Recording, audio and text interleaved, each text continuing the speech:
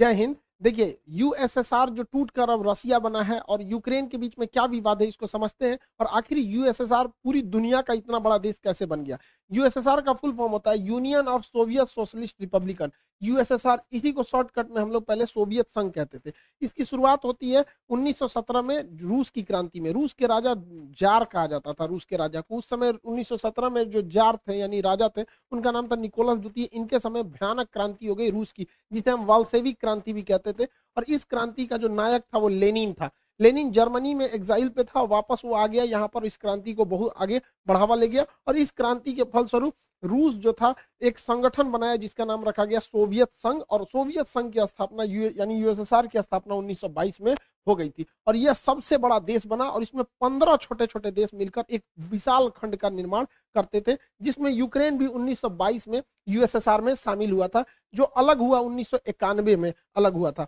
तो अब हम समझते हैं यूएसएसआर इतना बड़ा था, ये अभी इसमें ये सारे देशों को अगर हम शामिल कर लेते थे तो ये एक्स्ट्रा इतनी जमीन जो थी वो यूएसएसआर के पास थी। टूटने के बाद, ये 15 देश टूटने के बाद भी 70% एरिया बच गया रूस के पास। यूएसएसआर ज्यादा समय तक नहीं चल पाया था और रूस 15 देशों में टूट गया। Kazakhstan, Kyrgyzstan, Tajikistan, Turkmenistan, Uzbekistan, Georgia, Armenia, Azerbaijan, Estonia, Latvia, Lithuania, Ukraine, Moldova, Belarus और रूस। 15 देश टूट गया, 15 हो गया, अब गिनते रहिएगा। तो यहीं से टूटा यूक्रेन। 15 देशों में एक यूक्रेन भी था जो इसमें से अलग हो गया था। 1991 से 2014 तक यूक्रेन में सब कुछ ठीक चल रहा था। जब 1991 में यूक्रेन अलग हुआ था और वहां से लेके 2014 तक में सब ठीक ठाक चल रहा था। 14 में क्या हुआ, यहाँ के एक जो राष्ट्रपति थे उनका नाम था पेट्रो यानुकोविच। ये जो थे ये रूस के समर्थक थे। रूस कह रहा था कि तुम यूक्रेन को यूरोपीय यूनियन में शामिल मत करो, क्योंकि अमेरिका की एक चाल है, इन यूरोपीय यूनियन में शामिल करता है, उसके बाद उनको नाटो का सदस्य बना लेता है। नाटो के जितने देश हैं वो किसी भी देश को मिलकर मारते हैं। अब उसमें सारे खतरनाक खतरनाक देश है, जैसे उसमें इंडिया, चाइना, जापान, पाकिस्तान इस साइड वाले नहीं है, ज्यादातर यूरोप और अमेरिका वाले। उसमें फ्रांस भी आ जाता है, ब्रिटेन भी आ जाता है, अमेरिका, इटली, ये सब आ जाते हैं। तो यूरोपीय यूनियन में रूस ने मना किया यूक्रेन को जाने के लिए। हालांकि पेट्रो जो थे रूस के समर्थक थे, लेकिन जनता चाहती थी वो यूरोपीय यूनियन में जाए। ये लास्ट मोमेंट पर पेट्रो ने अपना डिसीजन बदला, जिस वजह से यूरोपीय यूनियन में शामिल कराने वाली जनता जो थी वो यूक्रेन के राष्ट्रपति का विरोध कर दी, जिस वजह से ये 2014 में भाग के यूक्रेन में चले गए, रूस में चले गए। और यहाँ एक सरकार आई जो इसे यूरोपीय यूनियन में शामिल कराने के लिए हामी भर दी, जिससे रूस नाराज होकर यूक्रेन का निचला भाग क्रीमिया अपने हमला करके ले लिया। इससे फायदा क्या हुआ रूस को कि ये एजोव सागर पर कंप्लीट कब्जा हो गया रूस का, अपनी नौसेना से कब्जा कर लिया क्रीमिया का। क्रीमिया पर कब्जा जब हुआ 2014 में तो पूरी दुनिया देखते रह गई, किसी ने कुछ भी नहीं किया रूस के खिलाफ, और इस क्रीमिया द्वीप पर कब्जा हो गया। और नीचे जो काला सागर है, क्रीमिया के नीचे जो सागर है काला सागर, यहाँ पर इजिली रूस का वर्चस्व स्थापित हो गया। उस समय भी पश्चिमी देश रूस पर प्रतिबंध लगा रहे थे और दुनिया के जो 8 शक्तिशाली अर्थव्यवस्था वाले देश हैं, जिन्हें G8 कहा जाता है, नक्शा से देखेंगे तो आराम से याद हो जाएगा। बीच में 4 देश याद रखिएगा, ब्रिटेन, फ्रांस, जर्मनी, इटली, ये याद रहेंगे। Britain, France, Germany, Italy. Europe में यही 4 फेमस देश है, ब्रिटेन, फ्रांस, जर्मनी, इटली। 2 ऐसे हो, 4 ऐसे हो गया, 2 इधर से रूस, जापान, और 2 इधर से कनाडा और अमेरिका। कनाडा, अमेरिका, रूस, जापान, और बीच में जर्मनी, यहाँ पे इटली, ब्रिटेन, फ्रांस, ये 8 देश थे G8।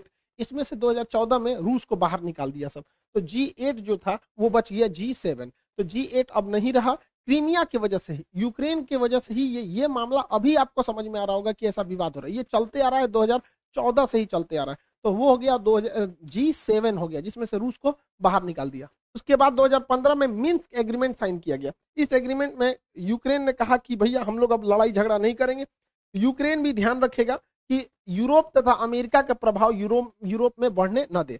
लेकिन सब गड़बड़ कब हो गया, जब यूक्रेन ने 2017 में कहा कि वो नाटो ज्वाइन करना चाहता है। नाटो का फुल फॉर्म होता है नॉर्थ अटलांटिक ट्रीटी ऑर्गेनाइजेशन। इसका स्थापना 1949 में हुआ था। वर्तमान में इसमें 30 देश आ गए हैं और ये 30 शक्तिशाली, कनाडा है, America, Britain, France, Italy, Germany, ये जितने खतरनाक देश है सब है।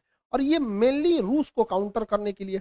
और इस नाटो का आर्टिकल संख्या 5 कहता है कि नाटो के 30 देश किसी को मारे कोई दिक्कत नहीं है, लेकिन इन 30 में से किसी एक को अगर कोई दूसरा देश मारेगा तो 30 मिल के मारेंगे। अब बताइए, यूक्रेन अगर नाटो का सदस्य बन जाएगा तो नाटो के नियम के अनुसार जो भी नाटो का सदस्य है वहां किसी भी देश की सेना आपस में वहां जा सकती है। तो यूक्रेन जिस दिन नाटो का सदस्य बनेगा, अमेरिका की सेना यूक्रेन में भी आ सकती है। अब बताइए कोई देश कैसे बर्दाश्त कर सकता है कि उसका पड़ोसी देश जो उसी से टूटा हुआ है और उसके सीधाने ले आके दुश्मन को बैठाए, और एक दूगो ने पूरा ग्रुप के दुश्मनों को बैठाए। अब अमेरिका यहाँ आएगा, अमेरिका एक को गोली चलाया और रूस भी चलाएगा, तो हो गया नाटो के आर्टिकल 5 का उल्लंघन। अब पूरे 30 मिलकर मारेंगे, तो अमेरिका यहाँ आके बैठ जाएगा और कमजोर स्थिति का जब फायदा उठा के उस पर हमला कर देगा और पूरा सेना का जमावड़ा लगा देगा। यही है मेन विवाद का जड़। इसमें यूक्रेन कुछ भी नहीं है, सारा विवाद फैलाया है अमेरिका और नाटो ने। बेचारा भुगत रहा है यूक्रेन। यूक्रेन को भी समझना चाहिए कि आप तब तक ही पैर फैलाइए जब तक दूसरे को तकलीफ नहीं हो। कोई भी देश अपनी राष्ट्रीय सुरक्षा को ध्यान में रखता है, ये जरूरी है। अब देखिए नाटो में इतने देश हैं, ये जितने रेड कलर के हैं सब नाटो के देश। अब आप ही बताइए, यहाँ पर रूस है, रूस के सिधाने इतने दुश्मन देश है। रूस अगर इनमें से किसी एक को मारेगा ना तो ये सब मिलके मारेंगे, तो रूस को तो पूरी तरह से बर्बाद करने का प्लान है नाटो वालों का। यूक्रेन को सबक सिखाने के लिए रूस ने क्या किया, एक तो 2014 में क्रीमिया को हड़प लिया। क्रीमिया पे हड़पने के कारण ये एजोव सागर पूरी तरह से रूस के कब्जा में आ गया।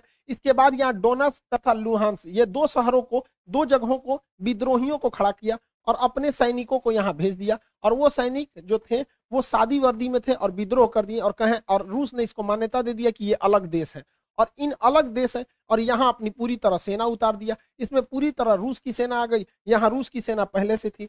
रूस बहुत ही सावधानी से चल रहा था। ये ऊपर का देश है बेलारूस, यहाँ रूस अपनी पूरी सेना भरे हुए है ताकि इधर से हमला करना होगा तो कर ही देगा। ये रूस है, इधर से हमला आराम से कर देगा। और यहाँ से तो रूस घुस ही चुका है, क्रीमिया में पहले से कब्जा किया था, ये नौसेना लगा के यहाँ से चल जाएगा, चौतरफा हमला कर देगा यूक्रेन के ऊपर रूस। यूक्रेन को ये समझना चाहिए, आने वाले खतरों को भापना चाहिए। दूसरे के दम पर आप किसी ऐसे आदमी से आप खतरा नहीं मोल सकते हैं। अब ये लोग क्या कर सकते हैं, तो ये अमेरिका कह रहा है कि प्रतिबंध लगाएंगे, नाटो का धमकी दे रहा है इसको। भैया नाटो का अगर सदस्य बन जाएगा यूक्रेन तब तो बवाल हो जाएगा वहां पर। यहाँ दो एरिया जो है उस पर रूस ने स्वतंत्र देश घोषित कर दिया, लुहांस और डोनेस्क, इसे डोनबास रीजन भी कहा जाता है। अब इस पे इजीली रूस क्या करेगा, यहां से हमला कर देगा। अब आप कहेंगे यूएनओ ने क्यों कुछ नहीं किया, तो यूएनओ को अमेरिका ने खुद एक ऐसा कठपुतली बनाया है कि अमेरिका यूएनओ का यूज करके किसी भी देश पर हमला कर सकता है। आज उसी का फायदा रूस उठा लिया। कैसे उठाया समझिए ध्यान से। यूएनओ का एक नियम है, आर्टिकल नंबर 7। आर्टिकल 7 कहता है कि कोई देश किसी दूसरे देश पर हमला नहीं कर सकता है, लेकिन अगर कोई देश से कोई छोटा सा राज्य टूटकर अलग होना चाहता है तो उसे स्वतंत्रता है, और अगर वह देश उस पर अत्याचार कर रहा है तो पड़ोसी उस पर मदद के लिए जा सकता है। नहीं समझे, अब समझिए कैसे होता है। ये रूस ने इन दो देशों को मान्यता दे दिया कि ये अलग देश है, अलग देश है। और आर्टिकल 7 यूएनओ का कहता है कि किसी भी देश की मदद के लिए दूसरा देश आ सकता है। तो यहाँ पर स्वतंत्र देश की मान्यता दे दिया, यहाँ किसी को प्रधानमंत्री राष्ट्रपति बैठा दिया और उसने लेटर लिख दिया किसको, रूस के राष्ट्रपति को, कि हमें सैन्य मदद दीजिए, और इसके सैन्य मदद के आधार पर इस पे हमला कर दिया यहाँ पर, और कह रहा है ये स्पेशल मिलिट्री ऑपरेशन है। युद्ध है नहीं, ये स्पेशल मिलिट्री ऑपरेशन है। यही तो किए थे अमेरिका ने अफगानिस्तान में, यही तो अमेरिका ने किया था इराक में, यही तो अमेरिका ने माली में किया, यही अमेरिका ने सीरिया में किया, यही अमेरिका ने लीबिया में किया, यही अमेरिका मिस्र में किया था, यही अमेरिका वियतनाम में किया था, यही अमेरिका कोरिया में किया था। तो जब अमेरिका करेगा तो गलत नहीं है, रूस कर दिया तो गलत है। यहाँ पर आर्टिकल 17 यूएनओ में कोई भी चीज बर्बाद, यूएनओ क्या कर पाएगा। एंटोनियो गुटेरेस फिलिस्तीन पिटाता है, क्या कर लेते हैं, कुछ नहीं। कश्मीर का मुद्दा आज तक अटका हुआ है, क्या कर लिया इन लोगों ने। तालिबानी जब अफगानिस्तान में आतंक मचा रहे थे, क्या कर लिया इन लोगों ने। ये कुछ भी नहीं है, यूएनओ मतलब कुछ नहीं, तमाशा है। अमेरिकी खुफिया एजेंसी सीआईए कह रही थी कि 16 फरवरी को सुबह 5 बजे रूस यूक्रेन पर हमला कर देगा। अरे बैल है ये रूस, जब तो बता के हमला करेगा। उस दिन हमला करना भी रहता तो नहीं करता, पहले से पता। तो रूस ने क्या किया, उस दिन पीछे हट गया। पीछे भाई, समुद्र की लहरें अगर पीछे हटती हैं तो सुनामी की पहचान होती है। गधों को लगता है कि पीछे जा रहा है वहां पे। देखिए इसमें क्या था कि चीन का रूस से काफी अच्छा संबंध है। रूस चीन के बुलावे पे गया था वहां ओलंपिक के उद्घाटन पे, और जाते ये कह दिया कि ताइवान चीन का भाग है। तो सोच सकते हैं रूस और चाइना में कितना अच्छा संबंध है। रूस से चाइना ने कहा था कि ओलंपिक हो जाने दो, विंटर ओलंपिक। तो बीजिंग विंटर ओलंपिक 20 फरवरी को खत्म हो गया, इस दिन लास्ट हो गया।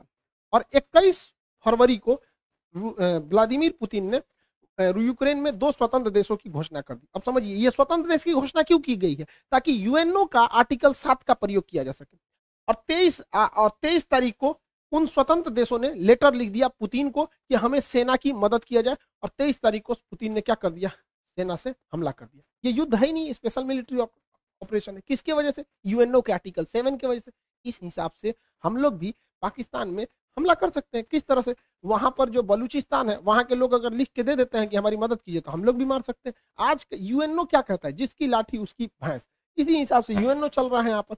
अब इसके बाद हमला यहाँ पर तेज कर दिया गया, रूस ने इसके ऊपर हमला कर दिया यूक्रेन पर। हालांकि जब यूएसएसआर का हिस्सा था तो यूक्रेन का काफी विकास किया था रूस ने। आप देखिए कैसे, ये है आपका यूक्रेन, यूक्रेन का काफी विकास किया था। जितने भी उस समय के जहाज बनते थे मिग 21, आज भी मिग 21 यूक्रेन में ही बनता है। जितने पानी वाली जहाजें रूस के यूएसएसआर के समय बनी सब यूक्रेन में। यूक्रेन के लोग आज इसको बनाना भूल गए हैं। हाल ये हो गया है जब यूक्रेन पर युद्ध के बादल मंडरा रहे थे तो यूक्रेन के इंजीनियर जहाजें बनाना भूल गए थे, तुर्की को बोले कि हमारे लिए जहाज बना दो। तो ये तो यूक्रेन की गलती है। यूक्रेन में काफी विकास किया था। यूक्रेन में ही प्रीपेड शहर बसाया गया था जहां चेर्नोबिल दुर्घटना हो गया था 1986 में, परमाणु दुर्घटना, उसकी राजधानी कीव के पास है। तो यूक्रेन में कोई भी देश इतना ज्यादा लगाव रखेगा और वो देश दूसरे देश को कहेगा कि नाटो सेना यहाँ लगाओ तो भड़कबे करेगा। यूक्रेन में आज भी 30% लोग रसियन भाषा बोलते हैं। पूर्वी यूक्रेन के लोग तो इजीली मान लेंगे कि वो रसिया के हैं, और रसिया इसको छोड़ेगा भी नहीं यहाँ पर, क्योंकि कोई भी देश अपनी सुरक्षा को सर्वोपरि रखता है। यूक्रेन जो है आज भी जो सेना के हथियार बनते थे, टैंक वगैरह, वो रूस यूक्रेन में बनाता था, क्योंकि वो चाहता था कि 15 देश खुल के रखे। आज भी पाकिस्तान के टैंक जो हैं वो यूक्रेन के ही बने हुए हैं। यूक्रेन जब 1991 में यूक्रेन और 15 देश टूटे थे यूएसएसआर से, तो यूक्रेन के पास लगभग 200 परमाणु बम थे। 1996 में एनपीटी के समझौते के तहत यूक्रेन ने अपना 200 परमाणु बम वापस दे दिया। किसको? रूस को दे दिया। अगर ये परमाणु बम नहीं दिया रहता ना तो ये मामला कुछ और रहता। समझ गए? तो ये परमाणु बम कितने शक्तिशाली है, कोई भी परमाणु संपन्न देश पर हमला नहीं करता है। सारा मामला 2014 से गड़बड़ाया था जब नाटो और यूरोपीय यूनियन ने एंट्री किया था। देखिए, रूस की अर्थव्यवस्था का मेन स्रोत जो है वो गैस और पेट्रोलियम है। वो गैस की सप्लाई करता है। अब गैस सप्लाई पाइपलाइन से होती है, छोटे छोटे सिलेंडरों में नहीं होती है, और वो पाइपलाइन यूक्रेन के होते हुए यूरोप में जाती है। इससे अब क्या है कि देखिए, ये यूक्रेन का नक्शा, इसमें इतनी सारे पाइपलाइन जा रही हैं। अब यूक्रेन ने 2014 में नाटो के दबाव में आके कहा कि तुम अगर इधर से पाइपलाइन ले जाओगे तो हमको सालाना $33 बिलियन पैसा दो। तो रूस ने कहा ठीक है दे देंगे। तो ससुरा $33 बिलियन तुम पैसों वो लोगे और नाटो में शामिल भी हो जाओगे, यूरोपीय यूनियन में शामिल भी हो जाओगे, और रूस से संबंधों नहीं रखोगे। तो हमारे यहाँ कहावत कहा जाता है ना, पानी में उतर के मगरमच्छ से बैर कीजिएगा तो मर के आइएगा। इसी बीच मेरा चचवा पहुंच गया रूस में। अब बताइए, बेशर्मी की हद होती है कि रूस युद्ध के मुहाने पे खड़ा है और ये जाके 10,000 करोड़ रुपया कर्जा मांग रहा था कि हमारे यहाँ पाइपलाइन बिछाना है, बिछा दीजिए। रूस भगा दिया इसको। जैसे ये कहा कि हमको 10,000 करोड़ रुपया मदद चाहिए, उसी समय रूस ने यूक्रेन पे हमला कर दिया। अब बताइए, कोई गधा भी मतलब इतना बड़ा ये प्रधानमंत्री होके गलती किया जितना हमारा कोई विद्यार्थी गलती नहीं करेगा।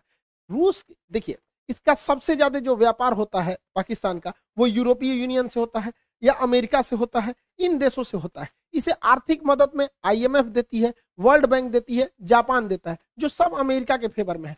फिर भी ये अमेरिका के खिलाफ केवल जा रहा है मीटिंग करने के लिए।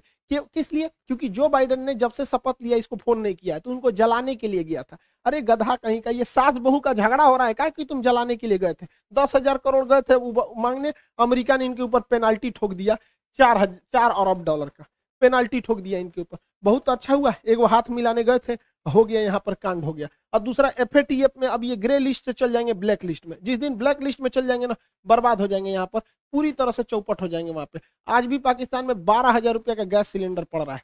अब 12,000 रुपए में गैस सिलेंडर पड़ रहा है, जिस दिन ये एफएटीएफ के ब्लैक लिस्ट में जाएंगे ना, उस दिन ये 20,000 चल जाएगा। आईएमएफ पर अमेरिका का दबाव है, वर्ल्ड बैंक पे अमेरिका का दबाव है। अमेरिका घुसिया गया है ये मीटिंग देखकर कि चोट्टा तुमको इसी बीच में जाना था। यहाँ पर कौन गधा है रे तुम्हारे यहाँ सुरक्षा सलाहकार? ओकरा कोनो बुद्धि नहीं है क्या? इतना बेवकूफी तो कोई नहीं करेगा। इसने क्या किया है? सांड को लाल कपड़ा दिखाया। मिला क्या है इसको कि रूस ने, राष्ट्रपति ने कहा था कि जो हमारे पास आएंगे उनको कोरोना का आरटीपीसीआर टेस्ट कराना पड़ेगा। दुनिया का सबसे महंगा टेस्ट इन्हीं का हुआ है। गए हैं, आरटीपीसीआर टेस्ट कराए हैं, हाथ मिलाए हैं, मिला कुछ नहीं है, उल्टे 4 अरब रुपया का इनके ऊपर पेनाल्टी ठोक दिया। यानी आरटीपीसीआर का रेट इनका 4 अरब डॉलर बन गया। अरे यार, तुम्हारे देश की जनता सुन रही, तुम्हारे यहाँ कोई बढ़िया बताने वाला नहीं है क्या? टीचर उचर नहीं है तुम्हारे यहाँ? तो इसको 2-4 हाथ देने लायक है। चचवा बिगड़ गया है मेरा। अमेरिका ने भारत पर दबाव बनाया कि यूएनओ में आप हमारा सपोर्ट कीजिए, क्योंकि भारत 2 साल के लिए यूएनओ के अस्थायी सदस्य है यहाँ पर। अब इसमें भारत ने वोट ही नहीं दिया, कहा कि ना हम रूस की ओर से हैं ना यूक्रेन की ओर से। तो रूस ने कहा थैंक यू भैया, तुमने नहीं दिया, बहुत अच्छा हुआ। चाइना ने भी कहा हम भी वोट नहीं देंगे, यूएई ने कहा हम भी नहीं देंगे, अमेरिका कह रहा है ये तुम काहे लिए ऐसा बोल रहा है। अब यूएई ऐसे अरब देश ज्यादातर अमेरिका के फेवर में होते हैं, फिर भी यूएनओ में अरब देश ने इनका साथ नहीं दिया। तो ये सोचने वाली बात है कि आखिर ऐसा क्यों हुआ। तो समझिए इसके पीछे का मेन रीजन क्या है। देखिए सऊदी अरब, यूएई जो है यहाँ पर स्थित है। यूएई के नीचे यमन है, यमन में हैती विद्रोही हैं सब, और इन विद्रोहियों को ईरान का साथ प्राप्त है, ईरान का साथ प्राप्त है। अगर यूएई रूस के खिलाफ जाएगा तो रूस की दोस्ती है ईरान से, वो ईरान को फोन करेगा, ईरान हैती विद्रोहियों को फोन करेगा, हैती विद्रोही यूएई को बजा देगा सब पकड़ के। तो एक रीजन ये है। दूसरा रीजन ये है कि ईरान के पास भी पेट्रोलियम है, रूस के पास भी पेट्रोलियम है और यूएई के पास भी पेट्रोलियम है। तो इन्हें दोस्तों को साथ में रख के पेट्रोलियम के लेवल को, मतलब प्राइस को कंट्रोल करने में भी मदद मिलेगी। अमेरिका इजराइल पर भी दबाव बना रहा है कि इजराइल यहां पर सीरिया में बम्बार्डमेंट कर दे ताकि रूस का ध्यान भटक जाए, लेकिन इजराइल ऐसा करने से मना कर दिया। क्यों? क्योंकि सीरिया में S-400 मिसाइल सिस्टम तैनात है, और यहां से अगर इजराइल को आगे बढ़ना होता है तो रूस से परमिशन लेना होता है, और अगर रूस से दुश्मनी लेगा इजराइल अमेरिका के चक्कर में आके तो रूस इनका भी उपाय कर देगा। सीरिया के बगल में है लेबनान, लेबनान में हिजबुल्ला नामक आतंकवादी संगठन है, हिजबुल्ला नामक आतंकवादी संगठन है। अब इजराइल की दुश्मनी है ईरान से, रूस कहेगा ईरान को कि तुम अपना सारा आतंकवादियों का हथियार सीरिया में भेजो। अब सीरिया से वो जाएगा लेबनान में, और लेबनान में उस हथियार को लेगा हिजबुल्ला, और वो मारेगा इजराइल को। तो इजराइल ने कहा कि देख भैया, रूस जो है ना सबका उपाय रखा है, इस मिडिल ईस्ट में कोई चूचाई करता है ना तो रूस सीधे किसको करता है? ईरान को करता है, और ईरान सबको कंट्रोल करके रखता है। हालांकि यूक्रेन के जो प्रेसिडेंट है जेलेंस्की, वो भी जीव्स यानी यहूदी हैं, और इजराइल भी यहूदी है। अब यहूद ये उसका मदद नहीं कर रहा, क्योंकि भैया देश सर्वोपरि होता है, अपने देश को काहे लिए हम रिस्क में डालेंगे, हर देश में यहाँ पे। अब ये यूक्रेन का बड़बोलापन था जो ईयू तक तो सीमित था, लेकिन नाटो में गए, अब लड़िए यहाँ पर। अब यूक्रेन को तो छोड़ेगा नहीं रूस, जो फाइनल है। अब वहाँ के लोगों को सफर करना पड़ता है, वहाँ के लोग काफी बहादुरी से लड़ रहे हैं। हम उनके लोगों की भावना इज्जत करते हैं, उनकी भावनाओं का, उनके सैनिकों को सैल्यूट करते हैं जो इतनी बहादुरी से लड़े वहाँ पर, आखिरी सांस तक उनके सैनिक लड़े। वहाँ पे जो आम नागरिक है वो भी अपने देश के लिए लड़ रहा है ये, और जो बेचारे बूढ़े हैं, बच्चे हैं, वो मेट्रो में या कहीं शेल्टर होम में जाके रह रहे हैं। लेकिन देश के नागरिकों को भी सोचना चाहिए, किसी देश को इतना टॉर्चर मत करो। रूस को अपनी सुरक्षा चिंताओं को ध्यान में रखना पड़ेगा। हमको बड़ा कड़ा शब्द में बोलना पड़ता है, लेकिन ये बात जरूर है कि अगर यूक्रेन आज आंसू नहीं बहाएगा तो कल यूक्रेन की वजह से रूस को खून के आंसू बहाने पड़ेंगे, क्योंकि नाटो धीरे धीरे पैर पसार रहा है। 15 देशों को तोड़ दिया नाटो ने, और उसके बाद उन 15 देशों में से सारे देशों को अपने में मिलाते आ रहा है। नाटो की जरूरत क्या है? आप 15-30 देश मिलके किसी को मारेंगे यहाँ पर। तो यूक्रेन के लोगों को इसका खामियाजा भुगतना पड़ेगा। लेकिन क्या होता है कि देश, हर इंसान को अपना देश प्यारा होता है। देश तो बहुत बड़ी चीज होती है। इंसान जिस कमरे में सोता है, बेड के जिस कोने पे सोता है, इंसान को वही कोना पसंद आता है। आप भी अपने कमरे में बेड पे किसी खास कोना पे सोते होंगे, आपको वही नींद आएगा। हर इंसान की मेंटेलिटी होती है। लेकिन ये सोचना चाहिए कि हमारी देश की नीतियां कहाँ सही जा रही हैं। कई बार हमें कड़वे घोंट पीने पड़ते हैं, तो ये चीजें होती है। कई बार देश को ऐसा लगता है कि नहीं अभी हमला कर देना चाहिए, लेकिन उसको सोच समझ के करना चाहिए। हमारे ऊपर भी हमले हुए थे 26/11 जब ताज होटल पे हमला हुआ था, हम लोग भी चाहते तो पाकिस्तान पे हमला कर देते। पुलवामा हुआ था, संसद पर हमला हुआ था, कारगिल पर हुआ था, हम लोग भी चाहते तो इस्लामाबाद पे घुस जाते। लेकिन उस वजह से हमारी देश की अर्थव्यवस्था नहीं बढ़ी। अब क्या है, धीरे धीरे हमारी अर्थव्यवस्था बढ़ रही है, धीरे धीरे पाकिस्तान खुद ही बर्बाद हो जाएगा। तो ये यूक्रेन के लोगों को सोचना चाहिए कि ऐसा ना करे कि रूस जैसे देश से, इतने बड़े देश से दुश्मनी ले ले। अभी रूस का पूरा फुल प्लान क्या है, वो वायुसेना से भी हमला कर रहा है, थल सेना से भी कर रहा है, नौसेना से भी कर रहा है। वो चारों ओर से घेर चुका है यूक्रेन को, और कोई मदद के लिए नहीं आया। ये दुनिया के लिए भी एक लेसन है कि जब तक अपने पैर पर नहीं खड़े रहेंगे तब तक कोई मदद करने के लिए नहीं आएगा। कोई आएगा कैसे मदद करने के लिए आपके ऊपर? आपकी खुद की परछाई भी ना अंधेरे में आपका साथ छोड़ देती है, तो दूसरे से क्या उम्मीद कर रहे हैं? मुसीबत पड़ने पर हर इंसान साथ छोड़ देती है, जब अंधेरे में परछाई ने छोड़ दिया तो। व्लादिमीर पुतिन का सीधा सा डिमांड है कि रूस, ये यूक्रेन और नाटो लिखित दे कि वो कभी भी यूक्रेन को नाटो में शामिल नहीं करेंगे। रूस का दूसरा डिमांड है कि जो एस्टोनिया, लातविया, लिथुआनिया, जो एकदम इसकी राजधानी के पास नाटो सेना आके बैठी हुई है, इन्हें वापस विड्रॉल करें। अमेरिका ने यूरोप में जो परमाणु बम रखे हैं, इसे वापस ले जाए। ये व्लादिमीर पुतिन का है। हालांकि पुतिन का आंतरिक विरोध भी हो रहा है देश में, लेकिन इसे दबाने के लिए पुतिन काफी बेहतरीन ढंग से वेल ट्रेंड है। पुतिन का पूरा प्लान क्या है? वो यूक्रेन को इस एरिया से काट देंगे। इस एरिया से काट दिए, वो ऑलरेडी काट चुके हैं, इसमें तो कुछ सोचना ही नहीं। क्रीमिया में वही काट चुके हैं। अब ये है एक देश है जिसका नाम है मोल्डोवा। व्लादिमीर पुतिन क्या किए, बहुत पहले से प्लानिंग के तहत मोल्डोवा के इस क्षेत्र को विद्रोहियों द्वारा आजाद करा दिए हैं। इधर विद्रोही क्षेत्र है, ट्रांसनिस्ट्रिया नामक इस देश को बना दिए हैं यहाँ पर। अब उनका फुल प्लान है कि यहां से यहां ये एरिया को काट देंगे यूक्रेन का, जिससे यूक्रेन धीरे धीरे एक लैंड लॉक कंट्री हो जाएगा और ये पूरी तरह से लैंड लॉक हो जाएगा, नीचे से कोई मतलब ही नहीं बनेगा यहाँ पे, ताकि इसकी नौसेना इधर, अक्सर नाटो की नौसेना इधर आ जाती थी। अब इनको खामियाजा भुगतना पड़ेगा। क्यू में उसकी सेना घुस चुकी है, रूस की सेना चारों ओर से घुस चुकी है। अब ये वेट एंड वॉच करेंगे लोग, जल्दी से जल्दी जोनेस्की जो है वहां पे वो सरेंडर कर दे। और रूस की सेना बहुत शक्तिशाली है, कई देश मदद के लिए आए हैं, लेकिन इससे बहुत कुछ नहीं हो पाएगा। लेकिन रूस के लिए भी है, जितने देर होगा युद्ध में उतने रूस के लिए समस्याएं बढ़ेंगी, उसके ऊपर सैंक्शन जो है वो और ज्यादा लगते जाएंगे। भारत पे भी इसका असर पड़ेगा, जो गैस है उसके रेट बढ़ेंगे, पेट्रोलियम फिर 110 105 के पास चला जाएगा, क्योंकि वो ऑलरेडी बढ़ने वाले हैं। जो सनफ्लावर जिससे रिफाइन तेल वगैरह बनाए जाते थे, वो 80% आता था यूक्रेन से, यूक्रेन युद्ध में फंस चुका है, अब वो नहीं आएंगे। फिर से सरसों का तेल 200 से 250 रुपए लीटर के राउंड द फिगर जाने वाला है। दवाइयां यूक्रेन के लोगों को महंगा पड़ेगा, क्योंकि भारत उन लोगों को दवाइयां बेचता था। गेहूं के लिए एक चीज का प्रॉफिट यही है कि यूक्रेन और रूस दोनों गेहूं के बहुत बड़े उत्पादक है। यूक्रेन के पास गेहूं का बहुत बड़ा भंडार था। यूक्रेन में एक घास का मैदान है जिसे कहते हैं स्टेपी, उसे bread basket of the world कहते हैं, कि दुनिया में वो गेहूं वहां बहुत ज्यादा मात्रा में उत्पादित होता है। तो गेहूं का इन लोग के पास प्रोडक्शन गिरेगा, जिस वजह से गेहूं के रेट बढ़ेंगे। तो भारत उन गेहूं को विदेश में बेच सकता है और इस तत्कालिक समय के लिए फायदा कमा सकता है। ये भारत के लिए एक मौका है, वो भी हाथ से मत चला जाए, दिक्कत हो जाएगा। हालांकि रूस इसके लिए पहले से तैयार बैठा है। उसने अपनी अर्थव्यवस्था को बजट में जो पारित किया था उसको स्टेबल रखने की कोशिश किया। वहां पर्याप्त मात्रा में विदेशी भंडार रखे गए हैं, वो सोने का प्रचुर भंडार रख चुका है। अमेरिका ने उसके ऊपर सबसे खतरनाक प्रतिबंध लगाया है, स्विफ्ट बैन लगा दिया है। देखिए, दो तरह के बैंकिंग में कोड होते हैं। अगर आप देश के अंदर ही पैसा भेजना चाहते हैं तो आपको आईएफएससी कोड लगते हैं। आप अगर ध्यान देंगे होंगे, बैंक में कभी भी पैसा ट्रांसफर किए होंगे तो आईएफएससी कोड लगा होगा। अगर आपको आईएफएससी कोड नहीं पता है, बैंक से ट्रांसफर पैसा नहीं होगा।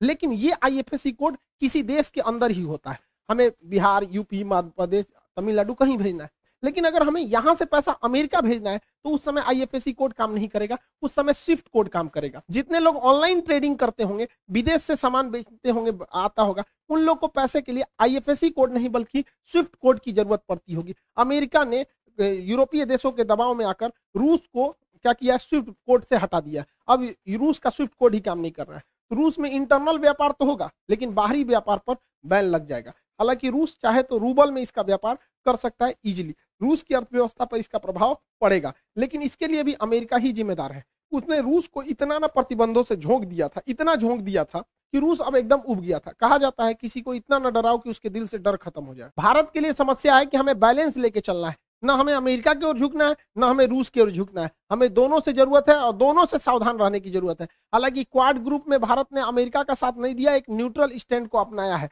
यूएनओ में भी भारत ने एब्सटेन करके, मत ना डाल के, वो भी एक तरह के न्यूट्रल स्टैंड को अपनाया है। G20 में भी भारत बहुत कुछ नहीं कहने वाला है रूस के खिलाफ। हमें बैलेंस लेके चलना है, अमेरिका के कहने पे हम लोग को नहीं आना है, क्योंकि अगर हम अमेरिका के कहने पे चले आएंगे तो रूस चाइना के फेवर में चला जाएगा, क्योंकि वो भी देखेगा कि भैया आप अमेरिका के गुण गा रहे हैं तो वो किसके गुण गाने लगेगा, चाइना का। और ये चाइना यही चाह ही रहा है, क्योंकि उधर यूक्रेन को कब्जा कर लेगा। यूक्रेन ले गया रूस, अब ताइवान लेके चला जाएगा चाइना, इसके बाद स्प्रेटले द्वीप लेगा, इसके बाद पारासेल आइलैंड लेगा। ये चाइना के लिए प्लस पॉइंट होगा। अतः चाइना को रोकने के लिए हमें रूस के साथ रखना जरूरी है, साथ साथ अमेरिका का भी साथ देके चलना जरूरी है। तो हमें काफी मतलब बीच बचाव लेकर चलना चाहिए। सबका कारण है नाटो और अमेरिका के चक्कर में पूरी दुनिया आज सफर कर रही है। हमारे देश का सेंसेक्स नीचे गिर गया, 10 लाख करोड़ रुपए जो हमारे सेंसेक्स है, 5% सेंसेक्स नीचे चला गया हमारा शेयर मार्केट, यानी लगभग 2000 अंकों की गिरावट देखी गई है,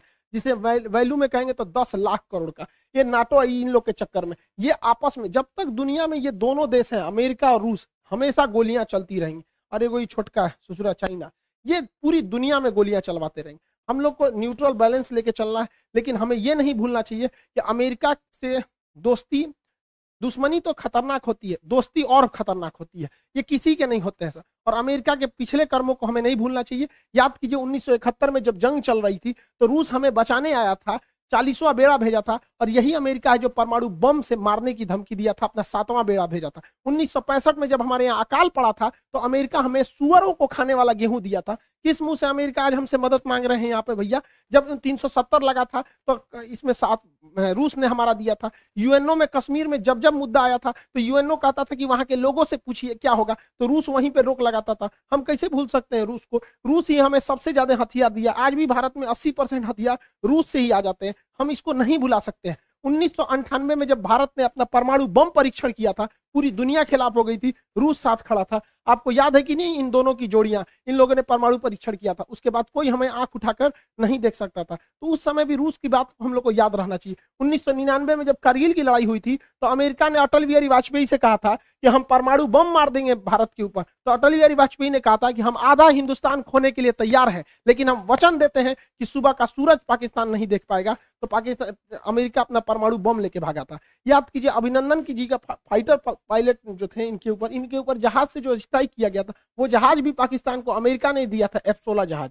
आज भी हमारी जरूरत रूस ही पूरा करता है। S-400 के दम पर हम चाइना को चैलेंज करते हैं, किसने दिया? रूस ने दिया। विक्रमादित्य किसने दिया? रूस ने दिया। 1991 में हम लोग जब अंतरिक्ष में क्रायोनिक इंजन की जरूरत थी, रूस अपने 8 क्रायोनिक इंजन दे रहा था, अमेरिका ने उस पर प्रतिबंध लगा दिया, जिस वजह से हमारा परमाणु अंतरिक्ष कार्यक्रम लगभग 20 साल पीछे चला गया। यहाँ पर आज भी चंद्रयान में अमेरिका के जगह पे रूस हमारी मदद कर रहा है। तो रूस हमेशा से हम लोग के साथ रहा है। आज देखिए परमाणु पनडुब्बी, चाहे चक्र हो, नेपरा हो, अरिहंत हो, इसमें रूस हमारी मदद कर रहा है। AK-203 राइफल की फैक्ट्री हो, रूस मदद कर रहा है। चाहे सुखोई जहाज जो हमारी वायुसेना का रीढ़ है, रूस ने हमें दिया है। ब्रह्मोस जहाज दुनिया का सबसे खतरनाक सुपरसोनिक क्रूज जहाज मिसाइल है, जिससे चाइना डरता है, किसने दिया है? रूस ने दिया है। तो हमें बैलेंस लेके चलना है। कहीं ना कहीं सेना में रूस मदद करेगा, लेकिन अमेरिका से हम लोग को भी संबंध बना के रखना है। चाइना को जब कंट्रोल करने की बारी आएगी तो रूस नहीं सुनेगा, तब हमें अमेरिका को लाना पड़ेगा। इस दुविधा में हम लोग हैं कि अमेरिका का साथ दें कि रूस का साथ दें। इसके लिए सबसे अच्छा रास्ता क्या होता है समझिए। मान के चलिए हमारे 2 बहुत करीबी आदमी हैं, उन दोनों का ब्याह पड़ गया, वो कह रहा है कि हमारे ब्याह में आना, वो कह रहा है हमारे ब्याह में जाएगा। तो भैया हम एक में जाएंगे तो दूसरा से संबंध खराब हो जाएगा। एक काम करते हैं, कोई दिन हम अपने ब्याह कर लेते हैं, बातें खत्म हो जाएगा। भैया हम अपने ब्याह में बिजी थे। इसी वजह से सबसे अच्छा तरीका है, ना हम रूस के फेवर में जाएंगे और ना ही हम अमेरिका के फेवर में जाएंगे। सबसे अच्छा तरीका है मोदी जी को अपनी सेना को बोलिए कि गलवान घाटी में 2 किलोमीटर आगे घुस जाए। गलवान घाटी में जैसे 2 किलोमीटर आगे घुसेगी, लड़ाई तो करना नहीं है, उलझा के रखना है। 2 किलोमीटर जहां आगे घुसेगी उधर से चाइना वाले घुस जाएंगे, फिर वैसे ही स्टैंड ऑफ हो जाएगा। 2-3 महीना चलेगा, अमेरिका कहेगा हे बोलना रे रूस को, कहे हम कुछ जी करें, हम तो खुदे लड़ रहे हैं चाइना से यहाँ पे। तो हमला दोनों शांत के शांत रहेगा। और इससे एक और फायदा होगा, चाइना इधर उलझा रहेगा तो ताइवान पे हमला नहीं करेगा, नहीं तो इससे यही भी बहाने निपटा देगा ताइवान को। आपको क्या लगता है, भारत को इधर उलझा देना चाहिए कि नहीं देना चाहिए? वरना आप मना करेंगे तो कोई ना कोई देश इस तरह से आपको कहेगा कि भैया हमारा साथ दो। उससे अच्छा हम खुद उलझे हुए हैं, बातें खत्म। रूस की जगह पे कोई भी देश रहता तो अपनी सिक्योरिटी को लेकर चिंतित होता ही। आप खुद सोचिए, अमेरिका यहाँ पे है, क्या मैक्सिको देश में अगर रूस अपनी सेना लगाएगा तो क्या अमेरिका चुप रहेगा? नहीं चुप रहेगा ना। कोई भी देश देखेगा कि आप यहाँ सेना लगा क्यों रहे। तो आप ही बताइए, अमेरिका अपनी नाटो सेना अगर यूक्रेन में लाएगा तो रूस के बॉर्डर से सटा देगा, तो रूस कैसे चुप रह सकता है? अपने देश पर बीतता है तो सबको खराब लगता है। आप ही बताइए, भारत है यहाँ पे, भारत के नीचे यहाँ श्रीलंका है। अगर पाकिस्तान अपनी फौज श्रीलंका में लगा देगा और श्रीलंका उसको परमिशन देगा तो भारत धोएगा कि नहीं धोएगा उसको? हम लोग को कैसे खराब लगता है? जैसे चाइना अपना स्ट्रिंग ऑफ पल्स लाता है यहाँ पे। तो हर देश को अपना सुरक्षा चिंता को ध्यान में रखना पड़ता है। और इसमें सिंपल सा बात है, यूक्रेन को कोई उससे उसका देश नहीं मांग रहा है। रूस का केवल यही करना है कि यूक्रेन डिसाइड एक लिखित दे दे कि वो कभी भी नाटो सेना में शामिल नहीं होगा। यूक्रेन को यह सोचना चाहिए कि नाटो में शामिल होने से अमेरिका को फायदा है, वो दुश्मनी निकालेगा रूस से। क्या जाता है यहाँ पे, पूरा देश बच जाता, उसके लोग मरने से बच जाते, क्या काम आया नाटो? तो यहाँ यूक्रेन को सोचना चाहिए कि बहुत ज्यादा जिद पालने से कोई खास फायदा नहीं होता है। और हमेशा एक चीज याद रखना चाहिए, यूक्रेन हो, हम हो या आप हो, हम अपना पड़ोसी नहीं बदल सकते, दोस्त बदल सकते हैं। इसलिए दोस्त से संबंध बने बिगड़े, लेकिन पड़ोसियों से हमेशा संबंध अच्छा रखना चाहिए, क्योंकि हमेशा काम पड़ोसी आते हैं। यूक्रेन का पड़ोसी रूस है और ये ना अमेरिका दोस्त है। तो हमेशा एक चीज को ध्यान रखना चाहिए, किला सुरक्षित करने के लिए पड़ोसी का सुरक्षित होना जरूरी है। यूक्रेन को हठधर्मिता छोड़नी चाहिए। आप यूरोपीय यूनियन में शामिल हो जाए, नाटो जैसे सैन्य संगठन में नहीं शामिल होना चाहिए। क्या ये फिनलैंड बेवकूफ था, स्वीडन बेवकूफ है जो इन लोगों ने नाटो की सदस्यता नहीं लिया? यूक्रेन, रूस ने धमकी दिया फिनलैंड ले लेगा तो तोड़ फोड़ देंगे। क्या कर लेंगे लोग ये रूस का? दूसरा, बीपीएससी का जो प्रैक्टिस सेट है बाबू वो आ चुका है, बीपीएससी और एनटीपीसी रेलवे जितना चीज है इसका प्रैक्टिस सेट है, इसको प्रैक्टिस करते रहेंगे। आपके एग्जाम में जो मेरिट से छटते हैं लोग, वो लोग इस वजह से नहीं छटेंगे। और इकोनॉमिक्स के बैच बहुत देर से अटके हुए थे, अब वो 3 जनवरी से इकोनॉमिक्स का बैच आ जाएगा। यहाँ 3 जनवरी का है, 3 मार्च को सुबह 9 बजे इकोनॉमिक्स का बैच आ जाएगा। इसमें माइक्रो मैक्रो इकोनॉमी लोच वगैरह सब चीज बता देंगे आप लोगों को। आई होप आप ये सब चीज समझे होंगे। भारत को किसी का साथ नहीं देना चाहिए। इंटरनेशनल रिलेशन में कभी भी कोई भी चीज बदल सकता है, हमारी जरूरत है तो ही हम लोग काम आ सकते हैं दूसरे के लिए। आई होप आप समझेंगे। मिलेंगे नेक्स्ट क्लास में। जय हिंद।